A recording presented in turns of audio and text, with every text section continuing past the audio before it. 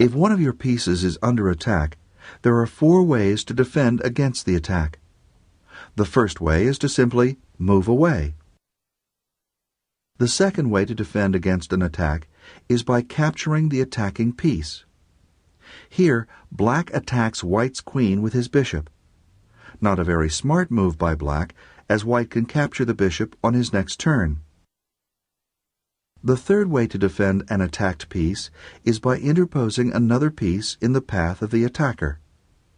Here, when black attacks white's queen with his bishop, white can deflect the attack by moving his pawn to d4. The last way to defend the attacked piece is by protecting it. On this setup, the black bishop is under attack from the white rook. Instead of moving away, black can protect the bishop by moving his knight into position. Now, if the rook takes the bishop, black can take back with his knight. Now let's look at defense from the point of view of the attacker. If you're attacking one of your opponent's pieces, and he protects it with another piece, you'll want to know how to get rid of the defender.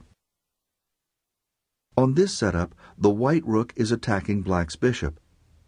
Black defends the bishop with his knight.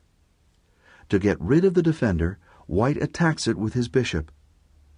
If black doesn't move any of his pieces away, white will win the exchange with bishop takes knight, pawn takes bishop, and rook takes bishop.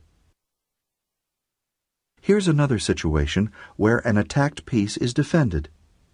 White would like to take black's knight, but it's protected by the rook on a7. White can move his bishop to d4, thus attacking black's rook.